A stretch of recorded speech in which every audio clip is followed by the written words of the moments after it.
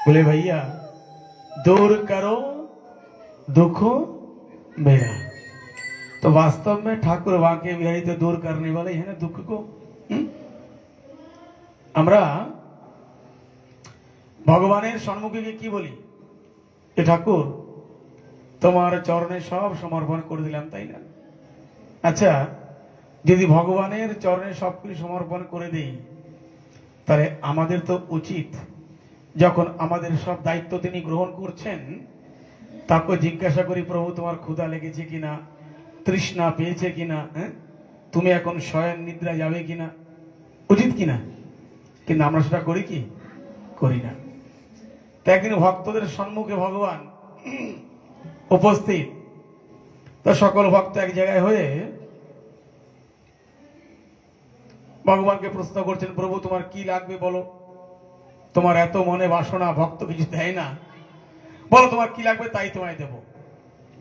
ভগবান বলছে, শোনো আমি যা চাইবো তাই দিতে পারবে না। বলে কেন? অবশ্যই দেব, বলো তোমার কি চাই। দেবে তো? বলে অবশ্যই দেবো। বলে কি? বলে আমার কিছু লাগবে না, একটা বস্তু দিতে পারো তাহলে ভাববো আমার ভগবান হওয়ার জীবন ধন্য। বলে কি? বলে তোমার চঞ্চল মনটা আমাকে দিয়ে দাও, তোমার ওই চঞ্চল মনটা আমাকে দিয়ে দাও। ভক্ত বলছে, প্রভু চঞ্চল মন তোমায় যদি দিয়ে দেই, তাহলে ভাগবত অনুষ্ঠান চলছে তো শিমুলতলা খেজুরতলা গলিতে আড্ডা বাড়িতে, এই চঞ্চল মন তোমায় দিয়ে দিই, তাহলে এখান থেকে মনে মনে ভাবি যে বাড়িতে গিয়ে তো ওর বাবা আসবে, 10:30টায় সিরিয়াল দেখতে হবে, গরম গরম একটু খেতে হবে, বিভিন্ন মতামত মনের মধ্যে আসে। তাই চঞ্চল মন তোমায় যদি দিয়ে আমি দেই, তাহলে এই মনগুলো আসবে কোত্থেকে? বলছে কাজ করো, তোমার ভাবনা তোমার মন তুমি তোমার কাছেই রাখো, তোমার ঠেকা পারলে দয়া করো, না পারলে করো না, ক্ষতি কি আছে? ভগবান বলছে, শোনো, যে ব্যক্তি আমার জন্য একটুখানি ভাবে না, किंचित, बोले भैया ठाकुर जी के लिए जो एक कदम आगे बढ़े, एक कदम माने एक पा। ठाकुर जी कहते महाराज हमारे लिए जो एक कदम बढ़े, एक पग चले, हम उसके लिए 100 पग चलते हैं। जो हमारे लिए एक पग चले, मैं चलू 100 पग। মানে ভগবান বলছে যে আমার জন্য এক পা এগিয়ে চলে, তার জন্য 100 পা এগিয়ে চলি। ভগবান বলছে যে আমার জন্য এক বিন্দু প্রবাহিত করতে পারে, আমি তার জন্য বর্ষা করে দিই। ভগবান বলছে যে আমার জন্য একটুখানি ভাবতে পারে, আমি তার অনেক কিছু ভেবে রেখেছি। আচ্ছা, আমরা অনেকে বলি দেখবে ভগবান দয়া করে না, দয়া করে না, বলি না কথাটা? বলি তো। দয়া যে শব্দটা, ওটাকে উল্টো করো তো, কি হয়? ইয়াদ, তাই তো না? ভুল বলছি? দয়াকে উল্টো করলে কি হবে? ইয়াদ হবে তো। আচ্ছা, ইয়াদকে বাংলায় কি বলা হয়? হ্যাঁ, স্মরণ করা বা মনে করা। হিন্দিতে কি বলা হয়? याद। तो भगवान बोलते भाई तुमने तो कभी हमको याद तो किया नहीं, हम तुमको दया कैसे करेंगे? बोले भाई तुमने कभी हमको याद तो की नहीं, हम तुमको दया कैसे करें? कम से कम याद तो करो। तो किसी ने पूछा, महाराज খুব বাস্তব কথা বলছি, বলে ভাই একটা ব্যক্তি 24 ঘন্টা কতবার শ্বাস প্রশ্বাস নেয়? কতবার নেয়? কতবার নেয় বলো? সবাই তো শিক্ষার জগতে বসবাস করছো, 21,600 বার। কতবার নেয়? 21,600 বার। এখন ভক্ত ভগবানকে প্রশ্ন করছেন, সম্মুখে দাঁড়িয়ে আছেন জাজমেন্ট হয়ে নারদজি মহারাজ। ঠিক, নারদজি বিচার করবে কোনটা ভালো হয় কোনটা মন্দ হয়। বলছে প্রভু যদি কোনো ব্যক্তি এই 24 ঘন্টায় যে 21,600 বার শ্বাস প্রশ্বাস নেয়, যদি প্রত্যেক শ্বাসে শ্বাসে তোমার চিন্তন গুণগান কীর্তন স্মরণ করতে পারে, তুমি তাকে কোথায় স্থান দেবে? বলছে তাকে আমি আমার হৃদয়ে আলিঙ্গন করে সর্বোপরি স্থান দেব। কে বলছেন?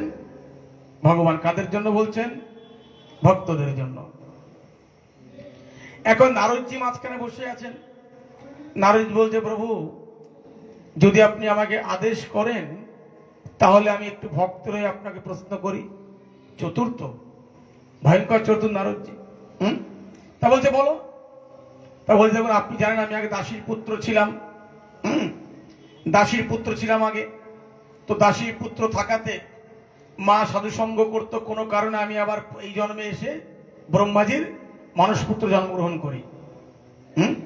তো যাই হোক, তো সবই আপনার লীলা খেলা। তো প্রভু যদি কোনো ব্যক্তি 24 ঘন্টায় যে 21,600 বার শ্বাস প্রশ্বাস নেয়, যদি প্রত্যেক শ্বাসে শ্বাসে তোমাকে গুণগান চিন্তন করতে না পারে, তাহলে তুমি তাকে কি তোমার কৃপা থেকে বঞ্চিত করবে? ভগবান বলছে, নারদ কোনো ভয় পাওয়ার দরকার নেই। সংখ্যা ছিল কত? 21,600। বলে শোনো, ওখান থেকে 21,000 ডিসকাউন্ট করে দাও, মানে বাদ দিয়ে দাও। থাকে কত? তাহলে ভাবো, কোম্পানি যিনি মালিক, তাহলে কত তোমাদের কি দিচ্ছে? সাবসিডি, তাই না? ভাই জগতে যিনি জগৎবাসী কোম্পানি, তার মালিক কে? ভগবান, তাই তো? তাহলে তিনি ডিসকাউন্ট কত দিলেন? একবারে 21,000। বোঝা গেল? এইবার বলছে, শোনো নারদ, যদি কোনো ভক্ত 24 ঘন্টায় 21,600 বার তার সম্ভব না হয়, ওখান থেকে 21,000 বাদ দিয়ে দাও, থাকবে 600 বার। বোঝা গেল? যদি কোনো ভক্ত প্রতিদিন ওই 600 বার আমার নাম গুণগান কীর্তন স্মরণ করতে পারে, তাকেও আমি আমার আপন করে নেব, তার সকল কিছু থেকে রক্ষা করব। ভাবো, সংখ্যা ছিল 21,600, দাঁড়ালো কত এসে? 600-তে। এখন নারদজি মনে মনে চিন্তা করছে, ভক্তের দাস তো। তার কারণ দেখবে, নারদজি যেখানে যেখানে গেছেন সেখানে কিছু না কিছু একটু কাণ্ড ঘটিয়ে এসেছে। কারণটা কি? ওনার কাজই হচ্ছে ভক্ত হয়ে একটু ভক্তের সান্নিধ্য লাভ করা, বা ভক্তের হয়ে কথা বলা। বলছে, প্রভু দেখো, কিছু মনে করো না, আসলে ব্যাপারটা কি, আমরা তো রক্ত মাংসের শরীর। আচ্ছা প্রভু, যদি 600 বার করতে না পারে সে কি করবে? বলছে, নারদ কোনো ভয় পাওয়ার চিন্তা নেই, কোনো কিচ্ছু ভাবতে হবে না। যদি 600 বার করতে না পারে, 600 থেকে একটা শূন্য কি করবে? কি করবে? বাদ দিয়ে দাও। থাকে কত? সংখ্যা ছিল কত? 21,600, দাঁড়ালো কত? 60-এ। বলছে, প্রভু তাহলে বাদ দিয়ে দাও। বলে, শোনো নারদ, একটা শূন্য বাদ দিলে থাকে কত? 60 বার। যদি কোনো ভক্ত এই দিন রাত্রি 24 ঘন্টার মধ্যে যদি 60 বারও আমার গুণগান কীর্তন চিন্তন করে, আমি তাকে আমার আপন করব, তাকে কৃপা থেকে বঞ্চিত করব না। এইবার নারদ বলছে, মনে মনে চিন্তা করছে, এই শোনো, কোনো টেনশন করো না। সংখ্যা ছিল 21,600, দাঁড়িয়েছে কত? 60-এ এসে। আচ্ছা প্রভু, ধরো কোনো ভক্ত কর্মব্যস্ত মানুষ, হ্যাঁ, সকালবেলা উঠে কাজকর্মে যেতে হয়, বিভিন্ন কাজে। তা যদি প্রভু ওই 60 বার করতে না পারে সে কি করবে? বলছি, নারদ কোনো চিন্তার কারণ নেই। 60 থেকে একটা শূন্য বাদ দিয়ে দাও, থাকে কত? কবার? 6 বার। বলে, যদি কোনো ভক্ত দিন রাত্রি 24 ঘন্টার মধ্যে যদি 6 বারও আমার গুণগান কীর্তন করে, তবু তাকে আমি আমার আপন করে নেব। ভাবো তার কত ঠেকা, কত গরজ, তবু মানুষ কিন্তু তা বোঝে না। নারদজি মনে মনে ভাবে যে যখন ভক্তের হয়ে কথা বলছি আর একটু খোঁচা দেই, কেন খোঁচা দিতে মধু বেরোবে। আচ্ছা প্রভু, আপনি কিছু মনে করবেন না, আপনি তো অখিলেশ ব্রহ্মাণ্ডের নায়ক। প্রভু আপনাকে বিরক্ত করছি না, আসলে কি ভক্তের মনে পিপাসা তো, তাই জিজ্ঞেস করছি। বলে, বলো। আচ্ছা প্রভু, যদি কোনো ভক্ত 6 বার করতে না পারে সে কি করবে? ভগবান বলছে, নারদ, তোমাকে ভক্তরা কি কমিশন দিয়েছে নাকি? বলছে, প্রভু কমিশন তো ভক্তরা দেয়নি, আপনি দিয়েছেন। বলে কি? বলে আপনার কৃপারূপী কমিশন তো দিয়ে রেখেছেন। আপনার যদি কৃপারূপী কমিশন না পেতাম তাহলে আমি দাসী পুত্র থেকে আজ নারদ হলাম কেমন করে? তাহলে ভাবো কত বড় কথা। ভগবান কৃপারূপী কমিশন দিয়ে রেখেছে, তবেই তো ভক্ত হতে পারলাম প্রভু। আচ্ছা প্রভু, যাই হোক, কিছু অপরাধ নেবেন না, আপনার সময় বিলম্ব হচ্ছে। যদি প্রভু 5 বার করতে না পারে সে কি করবে? বলছে, নারদ কোনো চিন্তা নেই, একটার সাথে একটা ফ্রি। যেমন দেখবে ট্রেনে অনেক হকার ওঠে না, দাদা একটা চিরুনি নেবেন, এর সাথে আজকে একটা ফ্রি আছে, তাই না? আজকে এই জিনিসটা কিনলে এর সাথে একটা কোম্পানি ফ্রি দিচ্ছে। হ্যাঁ, নারদজি বলছে, প্রভু যদি 5 বার করতে না পারে সে কি করবে?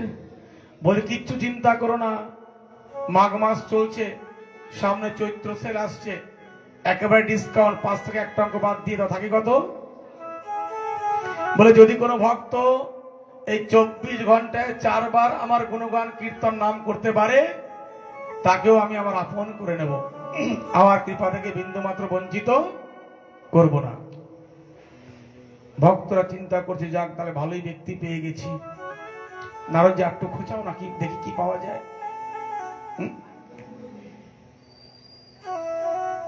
এখন নারদজি বলছে, প্রভু শাস্ত্রে নাকি প্রমাণ আছে 3 অঙ্ক নাকি অশুভ।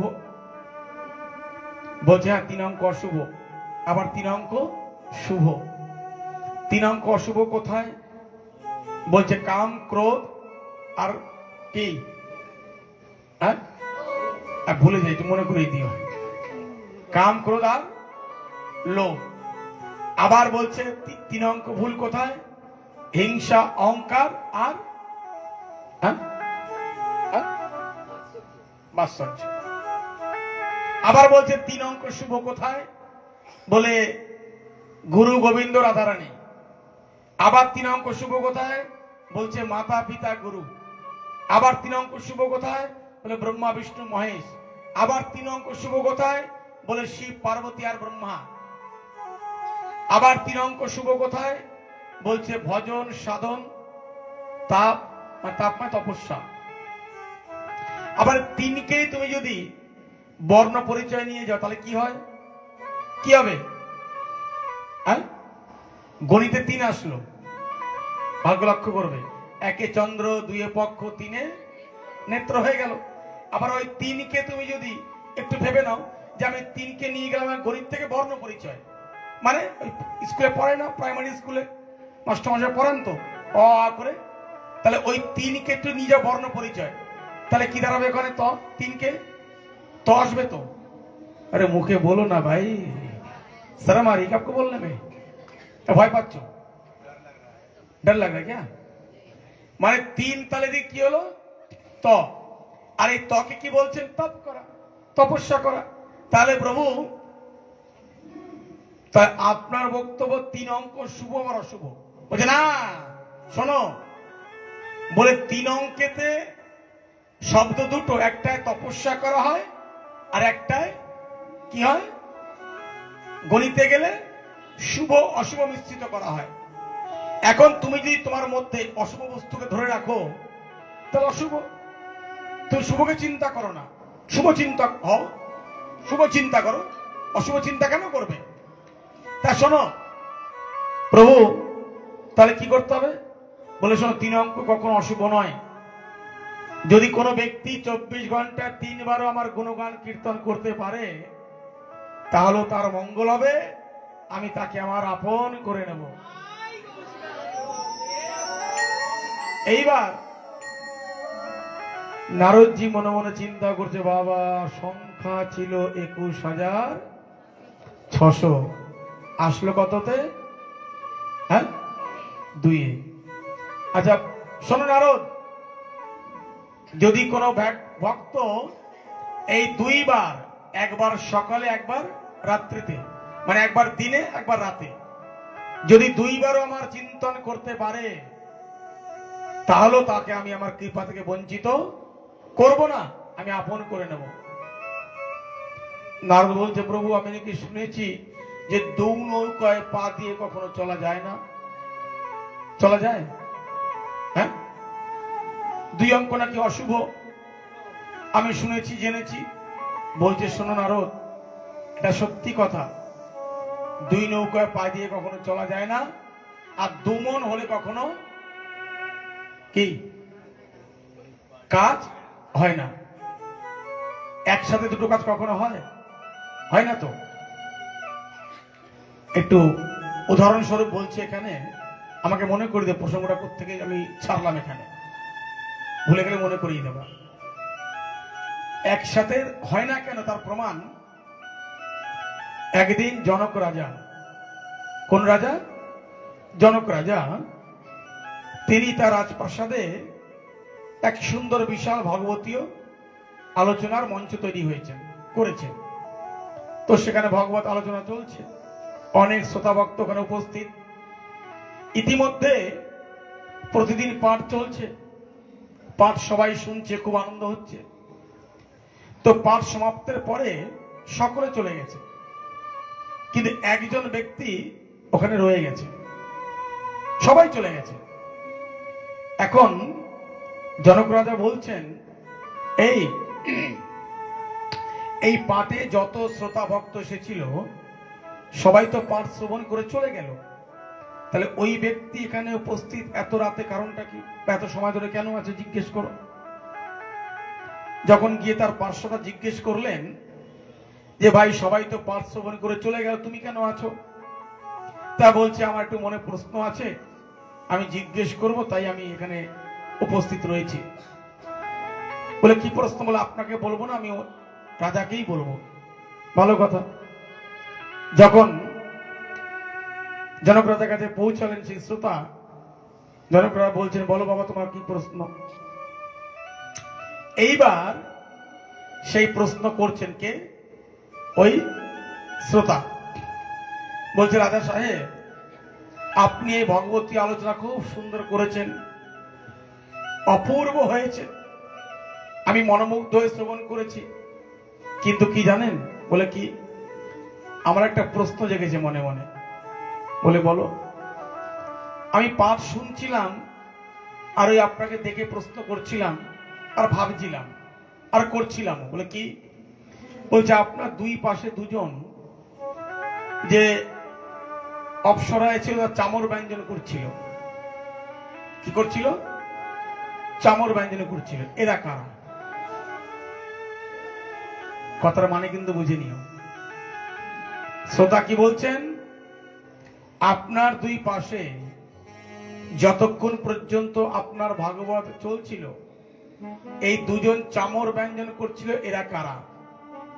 ঠিক যেই এই কথা বললেন, জনক রাজা বলছে, তুমি ঠিক বলেছ, খুব মূল্যবান প্রশ্ন তুমি করেছো, কিন্তু শোনো, তোমার এই মূল্যবান প্রশ্নের উত্তর আমি তবেই তোমায় দেব, তুমি একটা কাজ করো। আমার এই রাজপ্রাসাদে কিছু পিলার আছে, পিলার মানে কি বলে? খাম্বা, ঠিক আছে? তো তুমি খাম্বাটা গুনে এসো। এইবার গুনতে যাওয়ার পূর্বে জনক রাজা করেছেন কি, তার সহযোগীকে ডেকেছেন, ডেকে শ্রোতার হাতে এক বাটি সর্ষের তেল হাতে ভরে দিয়েছে। কি তেল? সরিষার তেল। বলে, শোনো, এই তোমার হাতে যে বাটি দিলাম, এই বাটি হাতে নিয়ে তুমি আমার রাজপ্রাসাদে কতগুলো খাম্বা আছে গুনে আসবে, কিন্তু যেন এক ফোঁটা তেল বাইরে না পড়ে যায় বা পড়ে না যেন। বেশ, যদি তুমি সঠিকভাবে গুনে আসতে পেরেছো, তাহলে তোমাকে উত্তর দেবো এরা কারা ছিল বা কে আছে। ভালো কথা। এইবার যখন সেই শ্রোতা ওই তেলের বাটি নিয়ে রাজপ্রাসাদ ভ্রমণ করছে, যখন খাম্বাকে গুনে মনে রাখতে যায়, তখন বাটি টলমল করে, তেল যাতে পড়ে না যায়। আবার যখন তেলের দিকে তাকায়, তখন খাম্বা গোনা কিন্তু ভুলে যায় বা ভুল হয়ে যায়। এই করতে করতে সকাল থেকে সন্ধ্যা হয়ে গেল। যখন সন্ধ্যাবেলা ফিরে আসলো, জিজ্ঞেস করছে রাজা সাহেব, ও ভাই, তুমি যে খাম্বা গুনতে গেছিলে, তো খাম্বা গুনে এসেছো তো? কতগুলো খাম্বা আছে? বলছে, রাজা সাহেব, আপনি খাম্বা গুনতে পাঠালেন ঠিকই, কিন্তু কি জানেন, যখন এই খাম্বার দিকে তাকাই তখন তেল টলমল করে, আর যখন তেলকে সামলাই তখন খাম্বা গোনা ভুলে যাই। বলে, আরে মূর্খ, তুই পাঠ শুনতে আসনি, তুমি এখানে পাঠ শুনতে আসনি, তুমি এসেছো কি কে কি করছে, কে কি দেখছে, কে কি নিচ্ছে, অর্থাৎ তোমার দেহটাই ছিল এখানে পড়ে, কিন্তু মন প্রাণ বিবেক বুদ্ধি বিচার তোমার এখানে কিছুই ছিল না। তাই তোমার এক জন্ম কেন, বলে শত জন্মে তোমার ঈশ্বর প্রাপ্তই হবে না। প্রেম সে বলো। তো আজকাল বহু দেখা যায় একসাথে অনেক কাজ করতে, কিন্তু হয় না কেন? শ্রোতা হয়ে শ্রবণ করে তা প্রতিফল লাভ করা যায়। তো আজ প্রসঙ্গ কি ছিল জানো?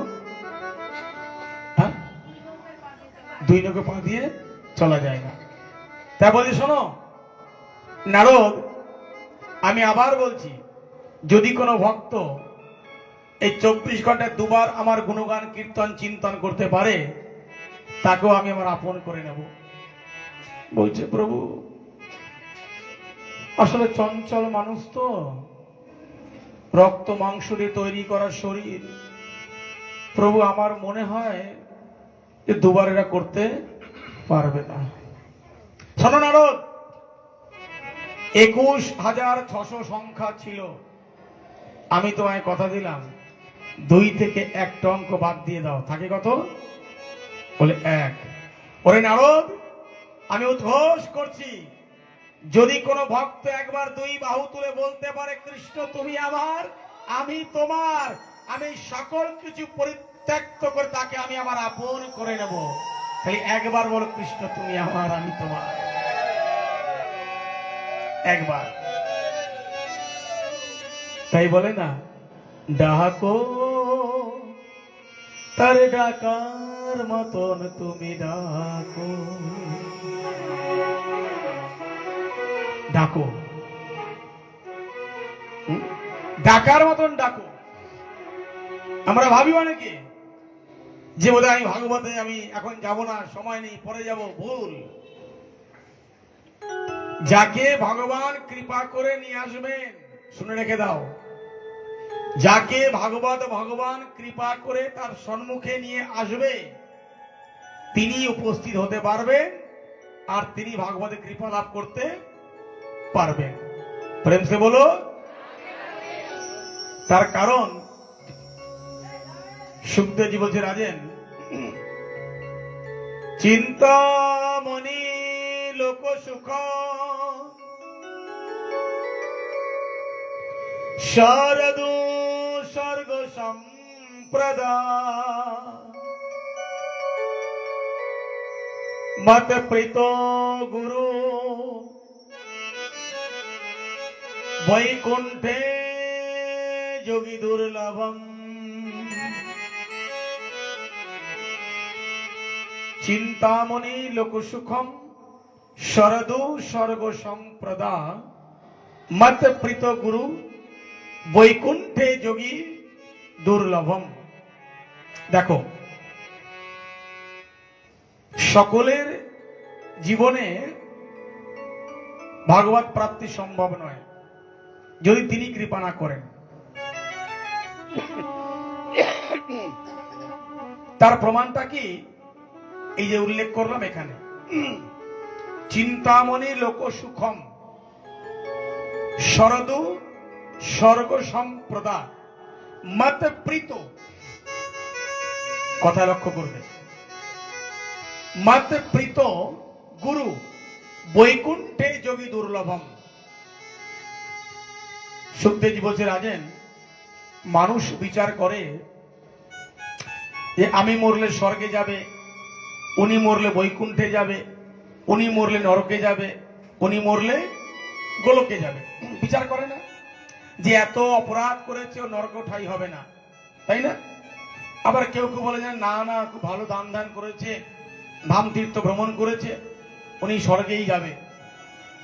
শুনে রাখো, আমি বলছি না, শ্রীমদ্ ভাগবত দর্শন করাচ্ছে তোমাদেরকে যে শোনো, মানুষ মারা গেলে স্বর্গেও তো কিছু নেই, গোলকেও কিছু নেই, আর বৈকুণ্ঠেও কিছু নেই। তার কারণ, যদি স্বর্গে শান্তি হতো, আর বৈকুণ্ঠে আনন্দ হতো, আর গোলকে প্রেম হতো, তাহলে অবশ্যই শ্রীমদ্ ভাগবতে উল্লেখ করতেন না বৈকুণ্ঠে যোগী দুর্লভম।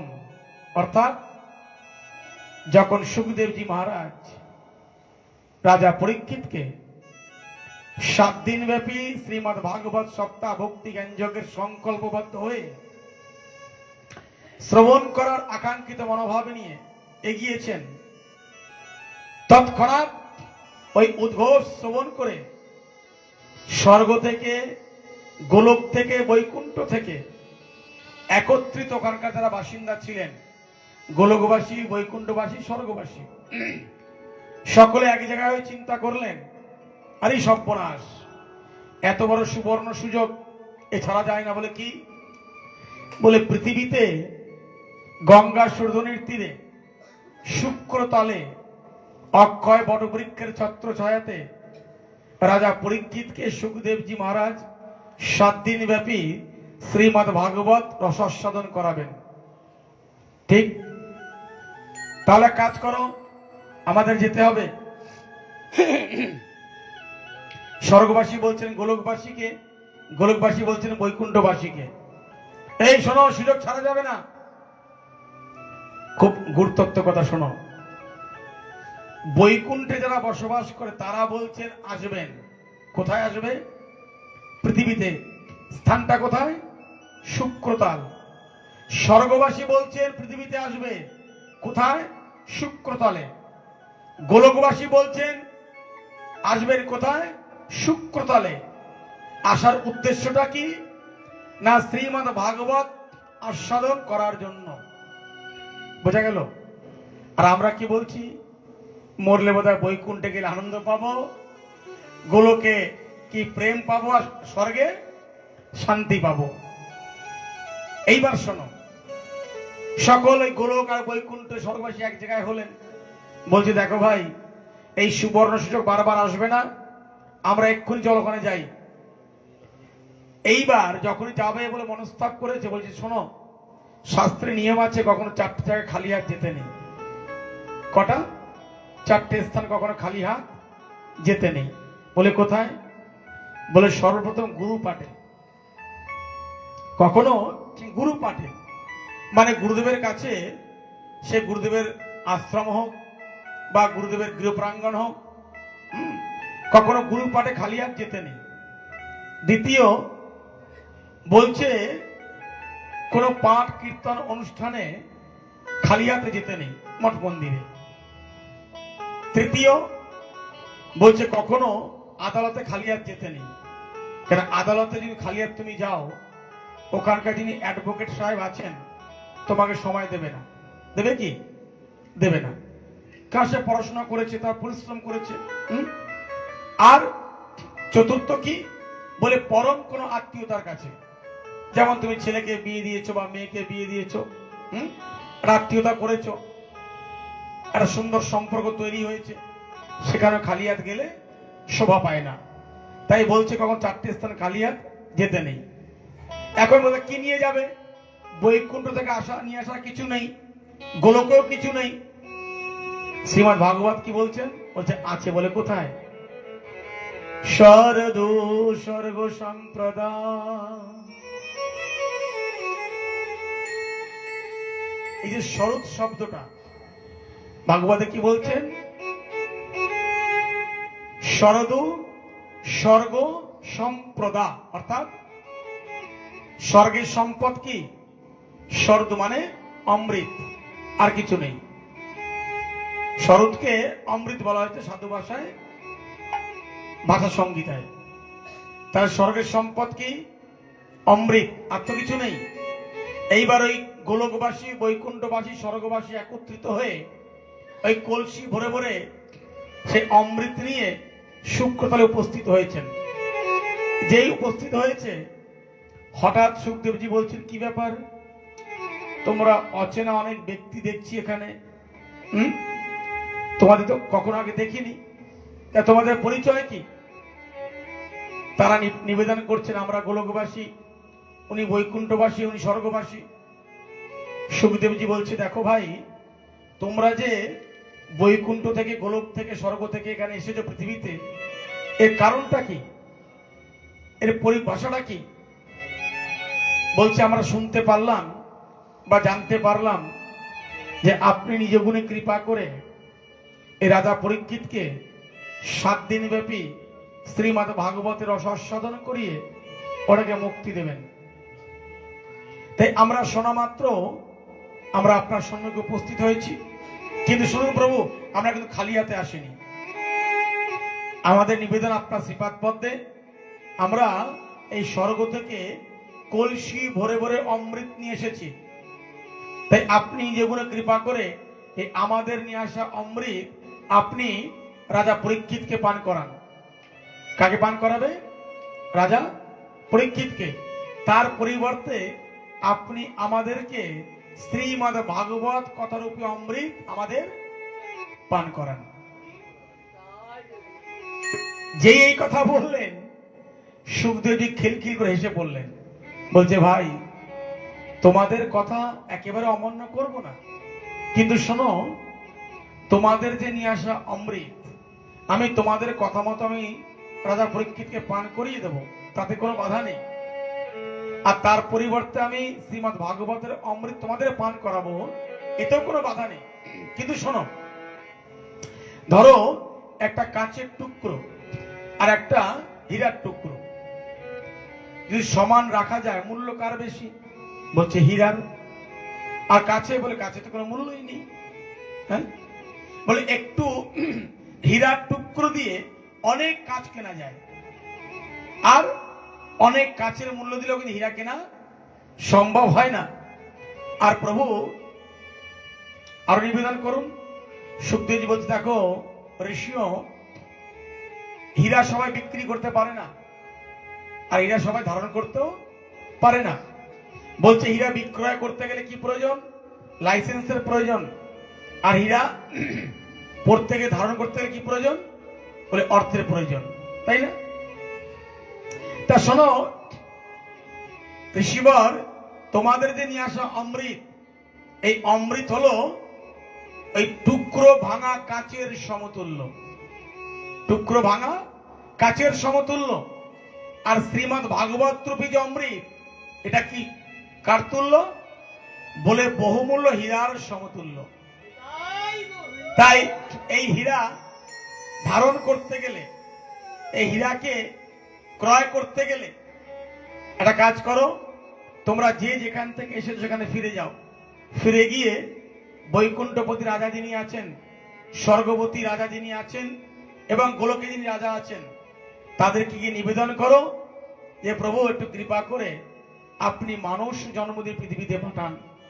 তারপরে মানুষ জন্ম দিয়ে পৃথিবীতে পাঠাবার পরে একটু সাধুগুরু বৈষ্ণবের কৃপাতে যেন এমন মাতৃগর্ভে পাঠাবেন যেন সেই মায়ের এবং মাতা পিতার পূর্ণ আশীর্বাদে সদ্গুরু আশ্রয় করতে পারি, আর সদ্গুরু কৃপালাভ করে যেন ভগবত প্রাপ্তি হতে পারি। যাও, তোমরা ফিরে যাও, তোমাদের এই জীবনে ভাগবত প্রাপ্তি করা সম্ভব নয়। প্রেম সে বলো। তাহলে বোঝা গেল ব্যাপারটা। তাহলে সুখী কারা? আমরা না তারা? হ্যাঁ, সুখী কারা? তাহলে আমরা সুখী কেন? আমরা এত সুন্দর মানব দেহ পেয়েছি। হ্যাঁ, এত সুন্দর মানব দেহ পেয়ে যদি আমরা ভগবতের সেবা না করতে পারি, ভগবানের সেবা না করতে পারি, তাহলে ভাবতে হবে আমাদের জীবনটাই কিন্তু বৃথা। একটা বেল শব্দ, বেল মানে যাকে বলে বলদ গরু, কি কাজে লাগে? জমি চাষ করতে লাগে। হ্যাঁ, বের সমতুল্য।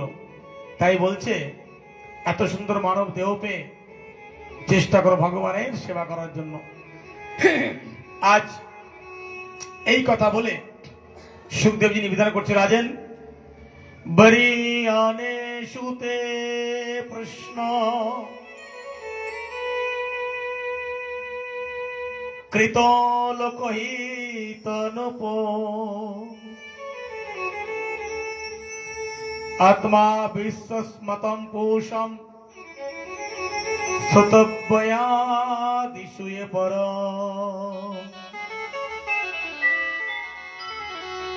রাজেন, আজ ভগবান সর্বপ্রথমে এই জীবকে শিক্ষা দেওয়ার জন্য তিনি বহু প্রকার রূপ ধারণ করেছেন। কত প্রকার? ক প্রকার? ভগবান কয় অবতার? হ্যাঁ, 12 অবতার। ক অবতার? হ্যাঁ, 24। ভগবান 24 অবতার। এবং এই যে ভগবান 24 অবতার নিয়ে পৃথিবীতে ওনার প্রাদুর্ভাব হয়েছে, এই প্রত্যেকটা অবতারেই উনি এই জগৎকে শিক্ষা দেওয়ার জন্য অবতীর্ণ হয়েছেন। আজ ভগবান 24 অবতার ধারণ করে রাজেন জগৎকে শিক্ষা দিয়েছে। সেই শিক্ষা দিয়ে ভগবান বলতে, শোনো, আমি যা করেছি তা করতে যেও না, আমি যা করেছি তাকে কি করো? অনুসরণ করো, অনুকরণ করো।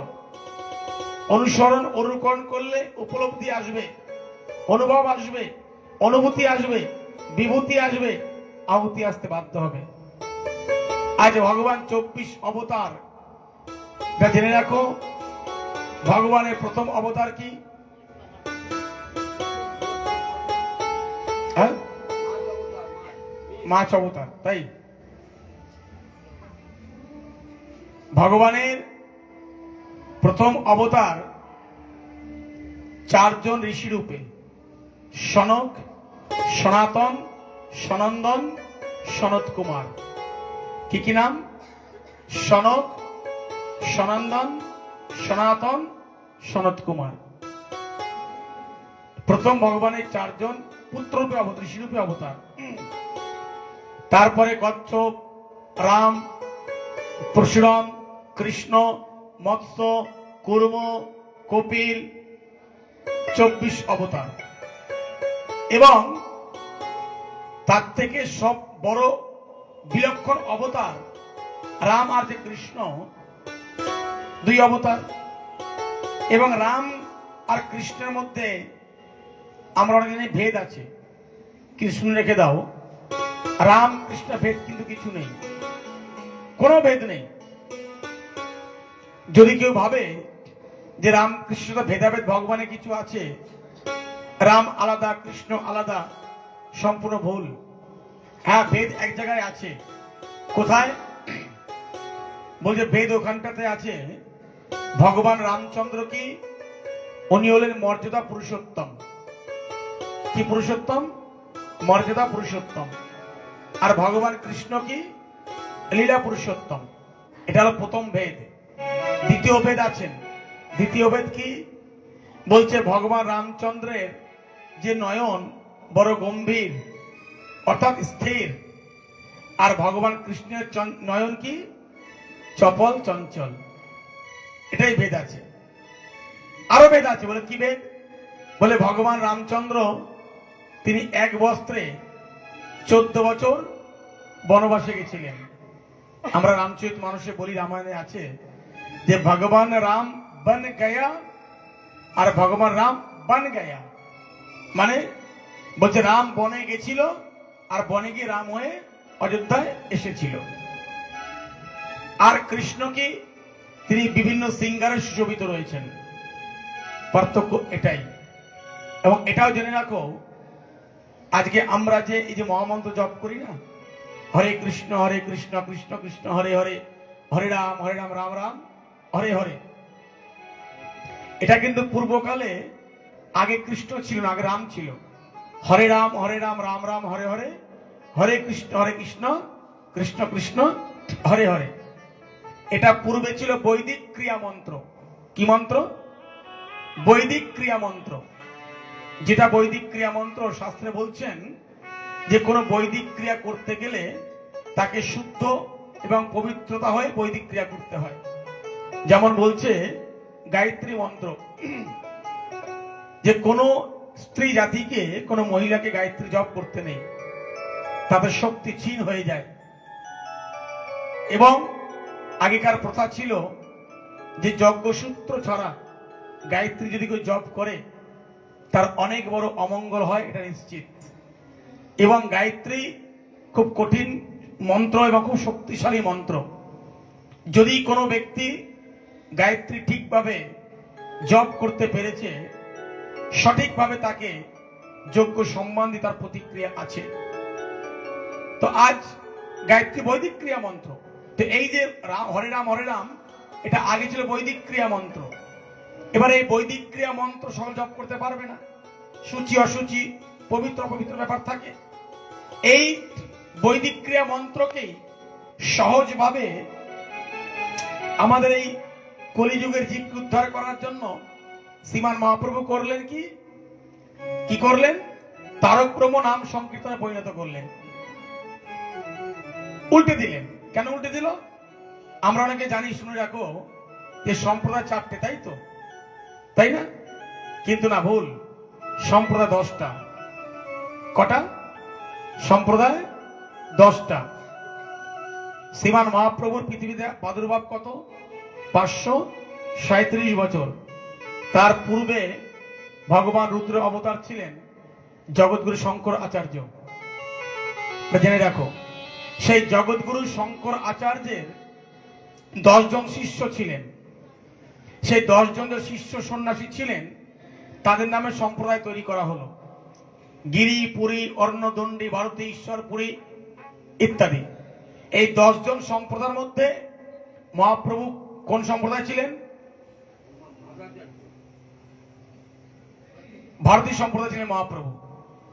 এবং ঈশ্বরপুরীর কাছে কে গেছিলেন? কে গেছিলেন? হ্যাঁ হ্যাঁ,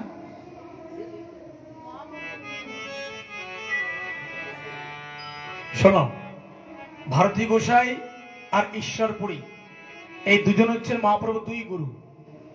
একজন সন্ন্যাস গুরু আর একজন কি গুরু? দীক্ষা গুরু। 2 জন গুরু। এইবার মহাপ্রভু করলেন কি, আমাদের এই কলি জীবের মলিন দুর্দশা দেখে ওই বৈদিক ক্রিয়া মন্ত্রকে উল্টে দিলেন। কেন? সকলের পক্ষে সম্ভব না নিয়মনিষ্ঠ ভাবে করা। তাহলে কি বললেন? শোনো, হে জীব, আমি উদ্ঘোষ করছি, এই পৃথিবীতে যত আছে নগরাদি গ্রাম, সর্বত্র প্রচার হইবে মধুমাখা কৃষ্ণ নাম। এই নাম তোমরা, সূচি অসুচি কোনো কথা নেই, তোমরা তেন ব্রহ্ম স্বরূপায় কৃষ্ণ নাম স্মৃতি চিন্তনে, অর্থাৎ তোমরা সর্বত্র নাম জপ করতে পারো। তারক ব্রহ্ম নাম স্বরূপায়, যে নাম জপ করলে, তারক মানে তেজ, উদ্ধার হইতে পারে, ব্রহ্মস্বরূপ, যে নাম উচ্চারণ করলে স্থানকাল পাত্র লাগে না। তাহলে প্রশ্ন, মহারাজ, নাম কি শৌচে বসে করা যাবে? বলে হ্যাঁ, নাম কোন স্থান নির্ধারিত করেনি। তুমি শৌচে বসেও নাম জপ করতে পারবে, কিন্তু উচ্চারণ করে নয়, চিন্তনের মধ্যে ধারা, অর্থাৎ উচ্চারণ দিয়ে নয়। কেন? বলছে তুমি যদি ওইখানে নাম জপ তুমি না করো, তার চিন্তন না করো, তুমি শৌচে বসে তুমি তাকে ভুলে গেলে কি হবে? যদি ওই সময় তোমার প্রাণ পাখি উড়ে যায়, তুমি তাহলে তোমার পরিস্থিতি কি দাঁড়ালো? তুমি তার কৃপা থেকে বঞ্চিত হয়ে গেলে। তাই তুমি শৌচে গিয়েও তুমি নাম স্মরণ করতে পারো, আত্মা বৈজয়তে কৃষ্ণ, হৃদয় চিত্ত ধারণ করে, উচ্চস্বরে নয়। তো আজ সেই বৈদিক ক্রিয়া মন্ত্রকে তিনি সহজভাবে আমাদের সম্মুখে বিতরণ করলেন। প্রেম সে বলো। সুখদেবজি বলছে, রাজেন, ঠিক এইভাবে আজ আস্তে আস্তে বলছে, রাজেন, আজ এইভাবে যদি মানুষ ভাবে যে আমরা মরলে বৈকুণ্ঠে স্বর্গে গোলকে যাব, বলে ওখানে কিচ্ছু নেই, স্বর্গের সম্পদ তাহলে কি অমৃত, আর বৈকুণ্ঠে যোগী দুর্লভম, বলছে বৈকুণ্ঠে যারা বসবাস করে তাদের জীবনটা কিন্তু দুর্লভ। তাহলে শান্তিপ্রিয় মানুষ ব্যক্তি কারা? আমরা। তাই বলছে তারাও ফিরে গেলেন।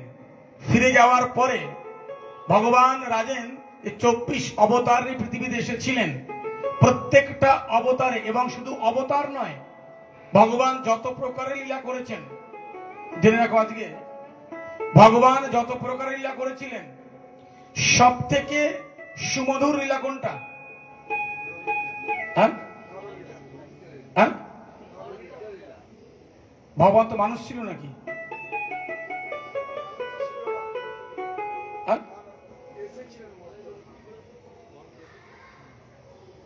ভগবানের সব থেকে সুমধুর লীলা এবং জ্ঞানের লীলা, ভাবের লীলা, শ্রেষ্ঠত্ব লীলা, জগৎকে শিক্ষণীয় লীলা, তা হলো একমাত্র রাসলীলা, যেখানে জগৎকে শিক্ষা দিয়েছে। সেটা প্রসঙ্গ পরে আসবে। এবং ভগবানকে পাওয়ার জন্য সব থেকে সহজ পন্থা হলো তার সাথে বাৎসল্য প্রেম করা। তার কারণ বাৎসল্য প্রেমে, কিন্তু বাৎসল্য প্রেম এটা নয়, আজকাল দেখা যায় একটা ফ্যাশন বেরিয়েছে, ওই কি বলে প্লাস্টিকের ঝুড়ি করে গোপালকে নিয়ে যাচ্ছে ট্রেনে করে, ওরে বাবারে ভক্তি। হ্যাঁ, খুব দেখা যায়, একটা ফ্যাশন চলছে, ওই ঝুড়িতে করে নিয়ে গোপালকে ঝুলিয়ে নিয়ে যাচ্ছে, বগলে নিয়ে যাচ্ছে, ট্রেনে বাসে করে, একটা ফ্যাশন হয়ে গেছে এটা। কিন্তু জেনে রেখেও শাস্ত্রীয় বিধান আছে যে কখনো প্রতিষ্ঠাতা করা বিগ্রহ মন্দিরের বাইরে করতে নেই। তাহলে প্রশ্ন মারা, আমি যখন বৃন্দাবন যাবো 5 দিনের জন্য, আমি গিয়ে করবোটা কি? ঠাকুর তখন উপবাস থাকবে। বলছে তাও বিধান আছে, তোমার মনের ভাব দ্বারা, কিছু নয়, তুমি যা নিত্য সেবা দিতে সেই আবুল বস্তু কিছু তুমি নিয়ে পাত্রে রেখে তুমি ঢেকে তুলসী পাতা, জল টল ইত্যাদি দিয়ে তুমি তাকে প্রণাম করে তার কাছে সমর্পণ মনোভাব রেখে তুমি তাকে নিবেদন করে যাও, প্রভু আমি তোমার দর্শনেই চললাম, তুমি কৃপা করে গ্রহণ করো, তোমার শ্রীপাদ পথে এটা প্রার্থনা। কি তা বলে এটা নয় ওই ঝুলিতে করে ডালায় করে ভগবানকে নিয়ে ঘুরে বেড়াচ্ছ। এটা সম্পূর্ণ শাস্ত্রীয় বিধান অনুসারে অপরাধ, এবং এটা কখনোই উচিত নয়। তার কারণ বিগ্রহ বড় কঠিন জিনিস, অত সহজ কথা নয়। আজকাল মানুষ তো বিগ্রহ নিতে পারলেই বেঁচে যায়, বলা খুব ভালো একজন আমি সাধু বৈষ্ণব হয়ে গেছি, খুব সেবা দিচ্ছি বলে। প্রথমে হয় আগ্রহ, শুনে রেখে দাও, প্রথমে হয় আগ্রহ, তারপরে হয় বিগ্রহ, তারপরে হয় জলগ্রহ, তারপরে গলগ্রহ, তারপরে নিগ্রহ শেষ। চিত্রপট সেবা তুমি করছো, ওটাতে ক্ষমা আছে, কোনো অসুবিধা নেই, ক্ষমা হয়ে যাবে, তার কারণ সূক্ষ্ম সেবা। আর যখন তুমি বিগ্রহ প্রতিষ্ঠা করবে তখন সাক্ষাৎ তিনি ওখানে বিরাজমান, আর সেই বিগ্রহ নিয়ে তুমি ঘুরে বেড়াচ্ছ, এটা কখনো হয় না। কারণ ফ্যাশন চলছে, যার যেমন রুচি। যাই হোক, তো আজ এইভাবে সুখদেবজি বলছে, রাজেন ভগবান 24 অবতার নিয়ে পৃথিবীতে এসেছেন, সকলকে তিনি তার লীলা সম্পন্ন করে লীলার মধ্যে দিয়ে এই জগৎকে শিক্ষা দিয়েছেন। তো রাজেন একদিন হঠাৎ